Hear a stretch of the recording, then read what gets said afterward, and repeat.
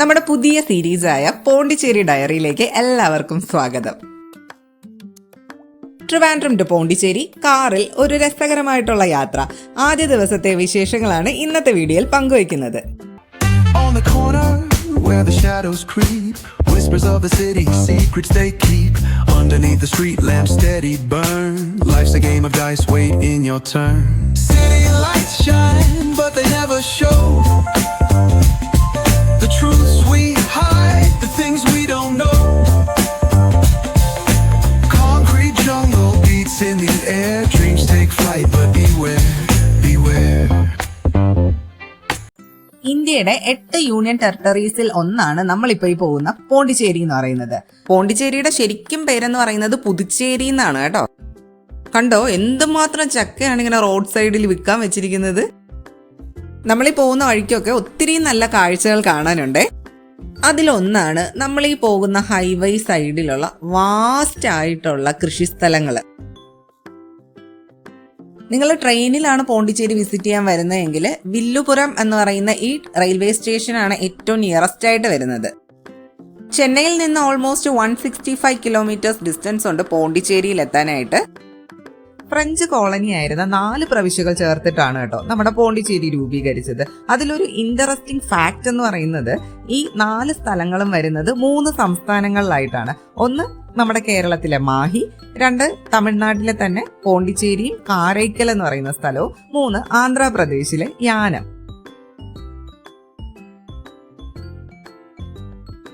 നമ്മൾ ഈ യാത്ര ചെയ്യുന്ന വില്ലുപുരം നാഗപട്ടണം ബൈപ്പാസിനെ പറ്റി കൂടെ എനിക്ക് നിങ്ങളോട് 2 വാക്ക് സംസാരിക്കാനുണ്ട് സുഹൃത്തുക്കളെ. വേറൊന്നുമല്ല, ഈ ഒരു കംപ്ലീറ്റ്ലി സിമെന്റ് കോൺക്രീറ്റ് ചെയ്തിട്ടുള്ള ഒരു റോഡാണ്. 180 കിലോമീറ്റേഴ്സ് ആണ് ഇതിൻ്റെ ഒരു ടോട്ടൽ പ്രോജക്റ്റ് അവർ വെച്ചിരിക്കുന്നത്. പക്ഷെ അതിൻ്റെ ഫസ്റ്റ് ഫേസ് എന്ന് പറയുന്നത് വില്ലുപുരം ടു പുതുച്ചേരി ഒരു 29 കിലോമീറ്റേഴ്സ്, അതാണ് ഇപ്പോൾ കംപ്ലീറ്റ് ആയിട്ടുള്ളത്.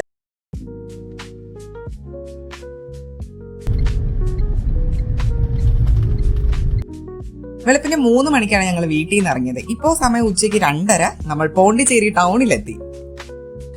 നെക്സ്റ്റ് ഞങ്ങളുടെ ഒരു പ്ലാൻ എന്ന് പറയുന്നത് വൈറ്റ് ടൗൺ എന്ന് പറയുന്ന ഒരു ഏരിയ ഉണ്ട്, അവിടെ പോവുക. പിന്നെ കാറിൽ ഇരുന്ന് തന്നെ ജസ്റ്റ് ഒന്ന് ഗൂഗിൾ ചെയ്തിട്ടുണ്ട് ബെസ്റ്റ് ഹോട്ടൽസ് ഏതാണൊന്ന് ലഞ്ച് കഴിക്കാനായിട്ട്. അപ്പം അങ്ങനെ ഒരു ഹോട്ടൽ നമ്മൾ ജസ്റ്റ് ഒന്ന് തപ്പി വെച്ചിട്ടുണ്ട്. പിന്നെ നമുക്ക് താമസിക്കാനായിട്ട് ആ പരിസരത്ത് തന്നെ എവിടെയെങ്കിലും ഒരു റൂം കണ്ടുപിടിക്കുക. ഇതാണ് നിലവിൽ നമുക്കുണ്ടായിരുന്ന പ്ലാൻ. അങ്ങനെ നമ്മുടെ വൈറ്റ് ടൗൺ അല്ലെങ്കിൽ ഫ്രഞ്ച് കോളനി ആ ഒരു ഏരിയയിലാണ് നമ്മൾ എത്തിയിട്ടുള്ളത്. ഇവിടെ പാർക്കിംഗ് സ്പേസ് കണ്ടുപിടിക്കുക എന്ന് പറയുന്നത് കുറച്ച് ഡിഫിക്കൽട്ട് ആയിട്ടുള്ള കാര്യം തന്നെയാണ്. ഒന്നാമത്തെ കാര്യം, വളരെ കോമ്പാക്റ്റ് ആയിട്ടുള്ള ഒരു ഏരിയ ആണിത്. കൂടാതെ ഇവിടെ ഒത്തിരി നോ പാർക്കിംഗ് സോൺസ് ആണുള്ളത്. അപ്പോൾ നമുക്ക് പാർക്ക് ചെയ്യാനുള്ള ലിമിറ്റഡ് ആയിട്ടുള്ള സ്ഥലം. പിന്നെ പീക്ക് ടൈം ആണെങ്കിൽ പറയേ വേണ്ട, കാറൊക്കെ പാർക്ക് ചെയ്യാനായിട്ട് നല്ല ബുദ്ധിമുട്ടാണ്. അങ്ങനെ ഹോട്ടൽ കാമാച്ചിയിൽ നമ്മൾ ലഞ്ച് കഴിക്കാനായിട്ട് എത്തിച്ചേർന്നു. പുറമേ നോക്കിയപ്പോഴത്തേക്ക് വലിയ തിരക്കൊന്നുമില്ല, പക്ഷെ ഉള്ളിലേക്ക് ചെന്നപ്പോഴാണ് അതിൻ്റെ ഒരു ഭീകരാവസ്ഥ മനസ്സിലായത്. എല്ലാവരും വെയിറ്റിങ്ങിലാണ്.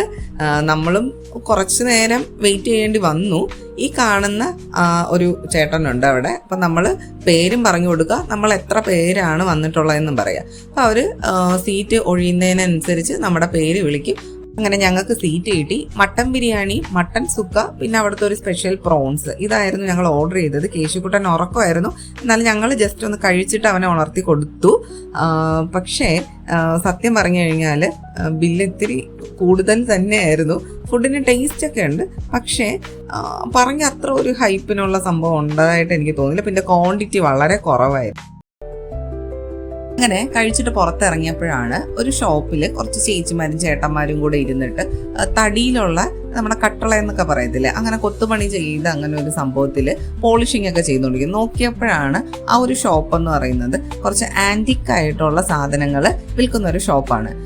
ശരിക്കും പറഞ്ഞു കഴിഞ്ഞാൽ നമുക്ക് അവിടെ നിന്നൊന്നും വാങ്ങാനില്ല, എന്നാലും കാണാനുള്ള ഒരു കൗതുകം കൊണ്ട് ഉള്ളിൽ കയറിയതാണ്. പഴയ തറവാടുകൾ അല്ലെങ്കിൽ വീടുകൾ അങ്ങനെയുള്ള സ്ഥലങ്ങളിൽ നിന്ന് അവർ കളക്ട് ചെയ്ത് കൊണ്ടുവരുന്നതാണ് ഇവിടെയുള്ള ഓരോ പീസസും എന്നാണ് പറഞ്ഞത്. ഒറിജിനൽ സാധനമാണോ എന്നൊന്നും എനിക്കറിയത്തില്ല, പക്ഷെ കാണാനായിട്ട് ഗംഭീരമാണ്. ഓരോ പീസും ഭയങ്കര യുണീക്കായിട്ടുള്ളതാണ്. പിന്നെ ഇതിനോടൊക്കെ താല്പര്യമുള്ളവർക്ക് വളരെ പറ്റിയൊരു സ്ഥലമാണ്, നിങ്ങൾക്കത് പർച്ചേസൊക്കെ ചെയ്യാം.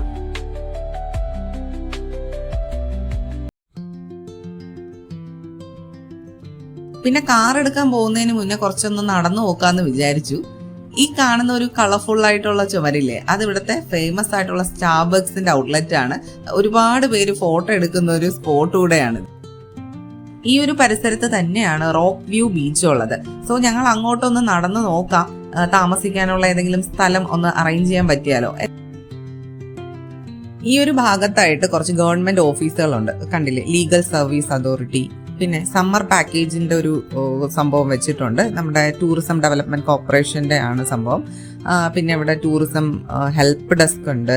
അങ്ങനെയുള്ള കുറച്ച് സ്ഥാപനങ്ങളൊക്കെ ഉള്ള ഒരു ഏരിയ ആണ്. ഫൈനലി നമ്മൾ എത്തിച്ചേർന്നിരിക്കുന്നത് പോണ്ടിച്ചേരിയിലെ മോസ്റ്റ് പോപ്പുലർ ബീച്ചസിൽ ഒന്നായ റോക്ക് ബീച്ച്, അല്ലെങ്കിൽ അതിനെ പ്രോമിനേറ്റ് ബീച്ച് എന്നും പോണ്ടിച്ചേരി ബീച്ച് എന്നൊക്കെ അറിയപ്പെടുന്നുണ്ട്. സമയം 3:30 ആയിട്ടുണ്ട്. ഈ ടൈമിൽ തന്നെ അത്യാവശ്യം ക്രൗഡ് അവിടെ ഉണ്ട് ഓൾറെഡി. ഇത് വന്നിട്ട് അംബേദ്കർ മണിമണ്ഡപം. ആക്ച്വലി നമ്മളിപ്പോൾ അതിന്റെ ഉള്ളിലേക്ക് കയറുന്നില്ല. ഈവനിങ് ടൈമിൽ നമ്മൾ പോയി ഫ്രഷപ്പ് ഒക്കെ ആയതിനു ശേഷം തിരിച്ചു വരുമല്ലോ, അപ്പം നമുക്ക് അതിന്റെ ഉള്ളിലുള്ള കാഴ്ചകളൊക്കെ കാണാം. ഏകദേശം 1.5 കിലോമീറ്ററോളം സ്ട്രെച്ച് ചെയ്ത് കിടക്കുന്നതാണ് നമ്മുടെ ഈ ബീച്ചും അതിന്റെ ഒരു വാക്ക് വേയും ഒക്കെ. നല്ല നീറ്റ് ആൻഡ് ക്ലീൻ ആയിട്ടാണ് അവരത് മെയിൻറ്റെയിൻ ചെയ്യുന്നത്. ഇതാണ് ഫ്രഞ്ച് യുദ്ധസ്മാരകം. 1-ാം ലോക മഹായുദ്ധ കാലഘട്ടത്തിൽ മരിച്ച ഇന്ത്യയിൽ താമസിച്ചിരുന്ന ഫ്രഞ്ചുകാർക്ക് വേണ്ടി സമർപ്പിച്ച ഒരു സ്മാരകമാണ്. 1938 ഉദ്ഘാടനം ചെയ്തത്.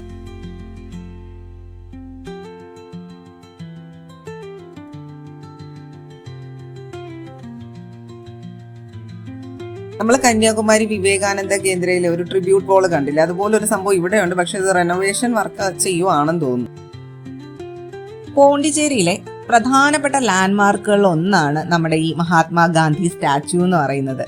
1965 ഇത് പണി കഴിപ്പിച്ചത്.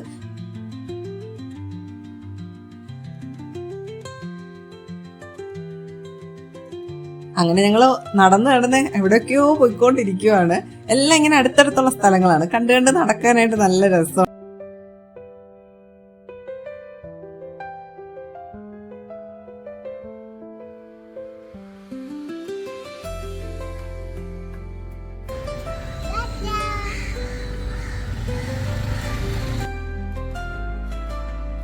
ഈ പോണ്ടിച്ചേരി ഉണ്ടല്ലോ, 200 വർഷങ്ങൾക്ക് മുന്നേ ഫ്രഞ്ച് കോളനി ആയിരുന്നു. ഇന്നും ഈ വൈറ്റ് ടൗൺ അല്ലെങ്കിൽ ഫ്രഞ്ച് കോളനി അല്ലെങ്കിൽ ഫ്രഞ്ച് ക്വാർട്ടർ എന്നൊക്കെ അറിയപ്പെടുന്ന ഈ സ്ഥലം ഉണ്ടല്ലോ, ഫ്രഞ്ച് കൊളോണിയൽ ആർക്കിടെക്ചറും ഹെറിറ്റേജും ഒക്കെ മെയിൻറ്റെയിൻ ചെയ്ത് കൊണ്ടുപോകുന്നുണ്ട്. അത് തന്നെയാണ് നമ്മൾ ഇവിടെ വന്ന് എക്സ്പീരിയൻസ് ചെയ്യേണ്ടത്. വീണ്ടും നമ്മൾ ആ സ്റ്റാർബക്സിന്റെ ഏരിയയിൽ തന്നെ തിരിച്ചെത്തി. ഇവിടെ നല്ല കുറേ ഫോട്ടോസ് എടുക്കാനുള്ള സ്പോട്ടുകളുണ്ട്. ഞങ്ങളങ്ങനെ അവിടെ അടുത്ത് തന്നെ ഒരു ചെറിയ ഹോട്ടലിൽ റൂം എടുത്തു, സാധനങ്ങളൊക്കെ വെച്ച് ഫ്രഷപ്പായി വീണ്ടും റോക്ക് ബീച്ചിന്റെ ഈവനിങ് വൈബ് ആസ്വദിക്കാനായിട്ട് പോവാണ്. ഈ വഴികളുടെ സൈഡിലൊക്കെ മരങ്ങളും പൂക്കളും ഒക്കെ ഉള്ളതുകൊണ്ട് അത് കാണാനും അതുവഴി നടക്കാനും ഒക്കെ നല്ല ഫീലാണ്. സമയം കഴിയും തോറും ഇവിടുത്തെ കഫേസ് ഒക്കെ ഉണ്ടല്ലോ, നല്ല ലൈറ്റിംഗ് ഒക്കെ ചെയ്ത് നമ്മളെ അട്രാക്ട് ചെയ്യുന്ന രീതിയിലുള്ള ഒരു ആംബിയൻസ് ക്രിയേറ്റ് ചെയ്യും. നടന്ന വഴിക്ക് ഒരു കുഞ്ഞ് അമ്പലത്തില് പൂജ നടക്കുന്നുണ്ട്. പിന്നെ ഞങ്ങൾ ജസ്റ്റ് അവിടെ ഒന്ന് കയറി തൊഴുതു. എല്ലാ പിള്ളേരെയും പോലെ ഇതൊക്കെ കാണുമ്പോ കേശൂട്ടനും ഒരു സൈഡ് വലിവൊക്കെ വരാറുണ്ട്. അപ്പോഴാണ് അവിടെ പോണ്ടിച്ചേരി മുനിസിപ്പാലിറ്റിയുടെ beach food court and toy shops എന്ന് എഴുതി വെച്ചിരിക്കുന്ന കണ്ടിട്ട് ഞങ്ങൾ അങ്ങോട്ടേക്ക് പോയത്.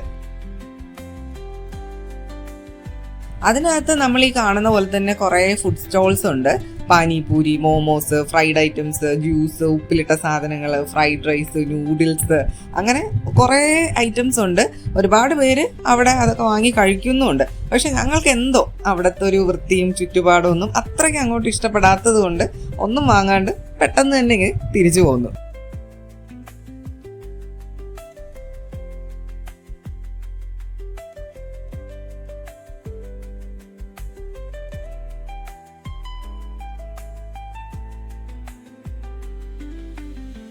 ഇപ്പോൾ ഒത്തിരി ആളുകൾ വന്ന് തുടങ്ങിയിട്ടുണ്ട് അവിടെ. നിങ്ങൾക്ക് കാണുമ്പോൾ തന്നെ മനസ്സിലാവും. പൊതുവെ ബീച്ചിലൊക്കെ എന്താണ് ഇതുപോലെ സൺസെറ്റിന്റെ ടൈമിലൊക്കെ തന്നെയാണ് നല്ല തിരക്ക് വന്ന് തുടങ്ങുന്ന സമയം. നമ്മളിപ്പോൾ വീണ്ടും ഗാന്ധി സ്റ്റാച്യുവിന്റെ പരിസരത്ത് തന്നെയാണ് എത്തിയിട്ടുള്ളത്. ആ സ്റ്റാച്യുവിന്റെ അടുത്തായിട്ട് കാണുന്നത് 8 കല്ലിൽ കൊത്തിയ തൂണുകളാണ്. ഇത് ഇവിടെ നിന്ന് 70 കിലോമീറ്റർ ദൂരെയുള്ള വില്ലുപുരം ഡിസ്ട്രിക്റ്റിലുള്ള ജിഞ്ചി ഫോർട്ടിൽ നിന്നാണ് കൊണ്ടുവന്നിട്ടുള്ളത്. പിന്നെ ഈ സ്റ്റാച്യൂവിനാണെങ്കിൽ 13 അടി ഉയരമാണ് ഉള്ളത്. പിന്നെ ഇതിൻ്റെ ഒരു ഇൻട്രസ്റ്റിംഗ് ആയിട്ടുള്ള ഒരു ഫാക്റ്റ് എന്ന് പറയുന്നത് ഇതിനടിയിലൂടെ ഒരു ടണലുണ്ട്. അത് ഈ ജിഞ്ചി ഫോർട്ടുമായിട്ട് കണക്ട് ചെയ്യുന്ന രീതിയിലായിരുന്നു പണിതിട്ടുണ്ടായിരുന്നത്. തുടക്കത്തിൽ അത് നമുക്ക് മീൻസ് ഈ വരുന്ന ആളുകൾക്ക് വേണ്ടിയിട്ട് ഓപ്പൺ ചെയ്ത് കൊടുത്തിരുന്നു. പക്ഷെ അതിൻ്റെ ഉള്ളിൽ കുറേ ആളുകളൊക്കെ സഫോക്കേഷനൊക്കെ വന്നിട്ട് മരിച്ചു പോയെന്നും സോ അതിപ്പോൾ കംപ്ലീറ്റ് ആയിട്ട് ക്ലോസ് ആക്കിയിരിക്കുവാണെന്നാണ് അറിയാൻ കഴിഞ്ഞത്. ഈ സ്റ്റാച്യൂവിൻ്റെ ഓപ്പോസിറ്റ് ആയിട്ടാണ് ഓൾഡ് ലൈറ്റ് ഹൗസ് ഉള്ളത്. 29 മീറ്റർ ഹൈറ്റ് ഉള്ള ഇത് 1836 പണി കഴിപ്പിച്ചത്. രാവിലെ 8 മുതൽ 12:30 വരെയും 1:30 മുതൽ 5:30 വരെയും 10 രൂപ പെർ പേഴ്സൺ എന്ന ചാർജിൽ നമുക്ക് എൻട്രി ഉണ്ട്. സൺസെറ്റ് കഴിഞ്ഞ ആ ഒരു ടൈമും നല്ല കാറ്റും കടലും ബ്യൂട്ടിഫുൾ ബിൽഡിങ്സും ഒരു നോട്ടം കൊണ്ട് പോലും മറ്റുള്ളവരുടെ കാര്യത്തിൽ ഇന്റർഫെയർ ചെയ്യാത്ത ഒരു ക്രൗഡും ഒക്കെ ആയിട്ട് വളരെ സൂപ്പർബ് ആയിട്ടുള്ള ഒരു ആംബിയൻസ് ഞങ്ങൾക്ക് അവിടെ ഫീൽ ചെയ്യാനായിട്ട് വരും.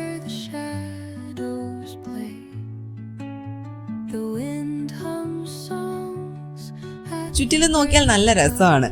കളിക്കാൻ വരുന്ന കുട്ടികളുണ്ട്, നടക്കാൻ വരുന്ന മുതിർന്നവരുണ്ട്, ഫ്രണ്ട്സുമായിട്ട് ചില്ല് ചെയ്യാൻ വരുന്നവരുണ്ട്, കപ്പിളായിട്ട് വരുന്നവരുണ്ട്, ഫാമിലി ആയിട്ട് വരുന്നവരുണ്ട്, ഫോട്ടോസും റീൽസും എടുക്കാനായിട്ട് വരുന്നവരുണ്ട്, സൺസെറ്റും ബീച്ച് വൈബും ആസ്വദിക്കാൻ വരുന്നവരുണ്ട്, കച്ചവടക്കാരുണ്ട്. അങ്ങനെ ഒരുപാട് കാഴ്ചകളുണ്ട് അവിടെ.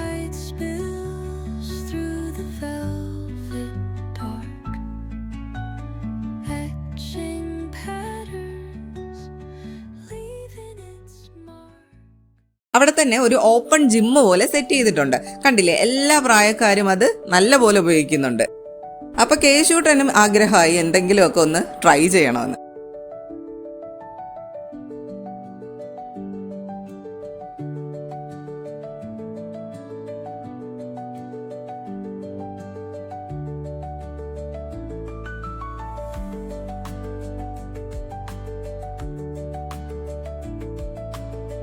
ചെറിയൊരു വാട്ടർഫോൾ പോലെയൊക്കെ അവരവിടെ സെറ്റ് ചെയ്ത് വെച്ചിട്ടുണ്ട്. നല്ല മനോഹരമായിട്ടുള്ള ഒരു കാഴ്ചയാണ് അവിടെ എല്ലാം. ഇതാണ് നമ്മൾ ഈവനിങ് നടക്കാൻ വന്നപ്പോൾ കണ്ടില്ലേ അംബേദ്കർ മണിമണ്ഡപം. ഇനി നമുക്ക് അതിന്റെ ഉള്ളിലേക്ക് ഒന്ന് കയറി നോക്കാം. കയറി ചെല്ലുമ്പോൾ തന്നെ ആദ്യം കാണുന്നത് ഒരു ബുദ്ധ പ്രതിമയാണ്. അത് അംബേദ്കറും ബുദ്ധിസവും തമ്മിലുള്ള ഒരു ആത്മബന്ധത്തിന്റെ ഒരു സിംബോളിക് റെപ്രസെന്റേഷൻ ആയിട്ടാണ് വെച്ചിരിക്കുന്നത്. ബ്യൂട്ടിഫുൾ ആയിട്ടുള്ള ഒരു ഫൗണ്ടെയിനും ഉണ്ട് അതിന്റെ തൊട്ടടുത്തായിട്ട് തന്നെ. ഇന്ത്യൻ കോൺസ്റ്റിറ്റ്യൂഷന്റെ ചീഫ് ആർക്കിടെക്റ്റായ ഡോക്ടർ BR അംബേദ്കറിനോടുള്ള ആദര സൂചകമായിട്ട് 2022 ഏപ്രിൽ 14 ഇത് ഉദ്ഘാടനം ചെയ്തത്. ഇവിടുത്തെ മെയിൻ അട്രാക്ഷൻ എന്ന് പറയുന്നത് തന്നെ ഡോക്ടർ BR അംബേദ്കറിന്റെ ഈ സ്വർണ്ണ നിറത്തിലുള്ള ഒരു പ്രതിമ തന്നെയാണ്. അത് മാത്രമല്ല അദ്ദേഹത്തിന്റെ ജീവിതവും വർക്കും എല്ലാം സംബന്ധിക്കുന്ന ഒത്തിരി ചിത്രങ്ങൾ നമുക്കിവിടെ കാണാനായിട്ട് സാധിക്കും.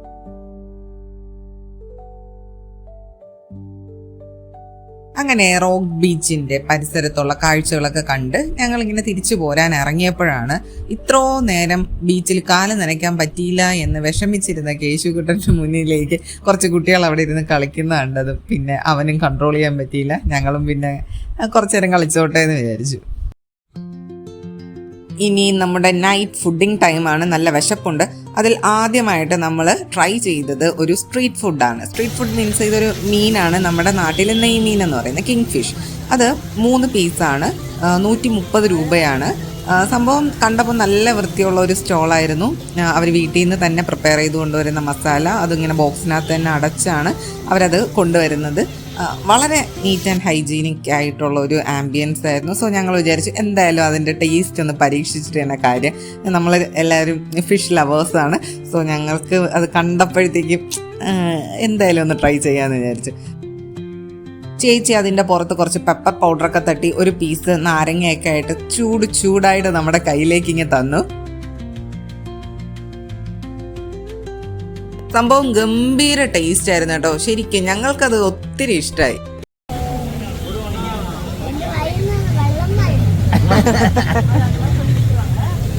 ചൂടായത് കാരണം തന്നെ കേശൂട്ടനെ പെട്ടെന്ന് അങ്ങോട്ട് അറ്റാക്ക് ചെയ്യാനായിട്ട് പറ്റിയില്ല, പാവം.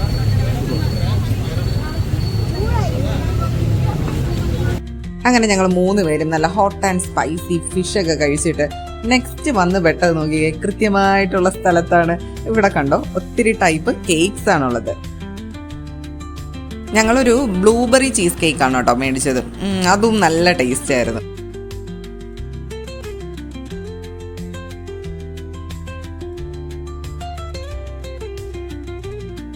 ഈ ഫുഡ് സ്ട്രീറ്റിലുണ്ടല്ലോ നമ്മൾ വിചാരിക്കുന്ന പോലെയല്ല, ഒത്തിരി കടകളുണ്ട്. അതും വെറൈറ്റി ഫുഡുകൾ ലഭ്യമാകുന്ന കടകളാണ്. ഇതിപ്പോൾ ഒരു ബർഗർ ഷോപ്പാണ്. നിങ്ങൾക്ക് കണ്ടാൽ തന്നെ അറിയാം, വളരെ ഹൈജീനിക് ആയിട്ടാണ് കാര്യങ്ങളൊക്കെ അവർ ചെയ്യുന്നത്. നല്ല നീറ്റായിട്ടുള്ള രീതിയിൽ അങ്ങനെ പ്രിപ്പയർ ചെയ്തത് കൊണ്ട് തന്നെ ആളുകളും അവിടെ ഒത്തിരി ഉണ്ട് കേട്ടോ. ശരിക്കും ഞങ്ങൾ ആദ്യമായിട്ടാണ് ഇങ്ങനെ ഒരു ഇത്രയും നീറ്റ് ആൻഡ് ഹൈജീനിക് ആയിട്ടുള്ള വളരെ ഓർഗനൈസ്ഡ് ആയിട്ടുള്ള ഒരു ഫുഡ് സ്ട്രീറ്റിൽ നിന്ന് ഫുഡ് കഴിക്കുന്നത്. ശരിക്കും ഞങ്ങൾ ഒത്തിരി ഇംപ്രസ്ഡ് ആയി. വളരെ പോസിറ്റീവായിട്ട് തോന്നിയൊരു കാര്യം എന്ന് വെച്ചാൽ ഈ ഷോപ്പുകളിൽ മെജോറിറ്റിയും റൺ ചെയ്യുന്നത് യങ്സ്റ്റേഴ്സ് ആയിട്ടുള്ള ആളുകളായിരുന്നു.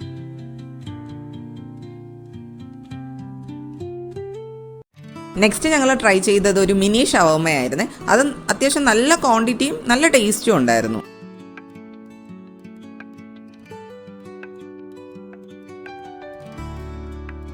അടുത്തതൊരു വോഫിൾ ഷോപ്പാണ്. ഇതൊന്നും കഴിക്കാനായിട്ട് നിലവിൽ ഞങ്ങളുടെ വയറിൽ സ്ഥലം ഉണ്ടായിരുന്നില്ല. എന്നിരുന്നാലും അത് ഉണ്ടാക്കുന്നതൊക്കെ കാണാനായിട്ട് ഒരു കൗതുകം തോന്നി. സോ ഞാൻ കുറച്ച് നേരം അവിടെ നിന്ന് അവരത് ഉണ്ടാക്കുന്നതിൻ്റെ ഒരു പ്രിപ്പറേഷൻ മെത്തേഡൊക്കെ ഇങ്ങനെ നോക്കിക്കൊണ്ട് നിൽക്കുമായിരുന്നു. പാനിപൂരിയും നല്ല ചൂട് ഇഡലിയൊക്കെയും നമുക്ക് അവിടെ നിന്ന് കിട്ടും കേട്ടോ. കുറേ ഗ്രിൽ ഐറ്റംസ് ഒക്കെയാണ് കേട്ടോ കിട്ടുന്നത്. ഞാൻ ഈ കാണിച്ച ഷോപ്പുകൾ മാത്രമല്ല കേട്ടോ, ഈ സ്ട്രീറ്റിൻ്റെ 2 വശങ്ങളിലായിട്ട് ഒരുപാട് ഷോപ്പുകളുണ്ട്. നമ്മൾ വളരെ ചുരുക്കം ഷോപ്പുകളിൽ നിന്ന് മാത്രമേ ട്രൈ ചെയ്തിട്ടുള്ളൂ. നമ്മൾ പറയുകയും ചെയ്തായിരുന്നു, ഈ പോണ്ടിച്ചേരിയിൽ വന്നപ്പോൾ നമ്മൾ രാവിലെ നടന്ന സ്ട്രീറ്റുകളെ അല്ല, ഇപ്പോൾ അതിൻ്റെ വൈബേ മാറിപ്പോയി കേട്ടോ. രാവിലെ നമ്മൾ ഈ സ്ട്രീറ്റിലൂടെ നടന്നു, പക്ഷേ ആ സ്ട്രീറ്റാണിതെന്ന് പറഞ്ഞാൽ വിശ്വസിക്കാൻ പറ്റത്തില്ല. രാത്രി വേറെ ലെവലാണ്. ലാസ്റ്റ് ആൻഡ് ഫൈനലായിട്ട് ഞങ്ങളൊരു സ്ട്രോബെറി ഡബിൾ ചോക്ലേറ്റും കൂടെ ട്രൈ ചെയ്യാമെന്ന് വിചാരിച്ചു. എൻ്റെ ആഗ്രഹമായിരുന്നു കേട്ടോ അത് വാങ്ങണം എന്നുള്ളത്. സ്ട്രോബെറിയും ചോക്ലേറ്റും രണ്ടും കേശുക്കുട്ടന് ഫേവറേറ്റ് സാധനങ്ങളാണ്. സോ ആള് ഹാപ്പിയായി. സ്ട്രോബെറിയുടെ ആ ചെറിയൊരു പുളിപ്പും ചോക്ലേറ്റിൻ്റെ ആ ഒരു മധുരവും കൂടെ ആകുമ്പോഴത്തേക്ക് ഒരു മിക്സഡ് ആയിട്ടുള്ള ഒരു ഫ്ലേവറാണ് നമുക്ക് കിട്ടുന്നത് കേട്ടോ.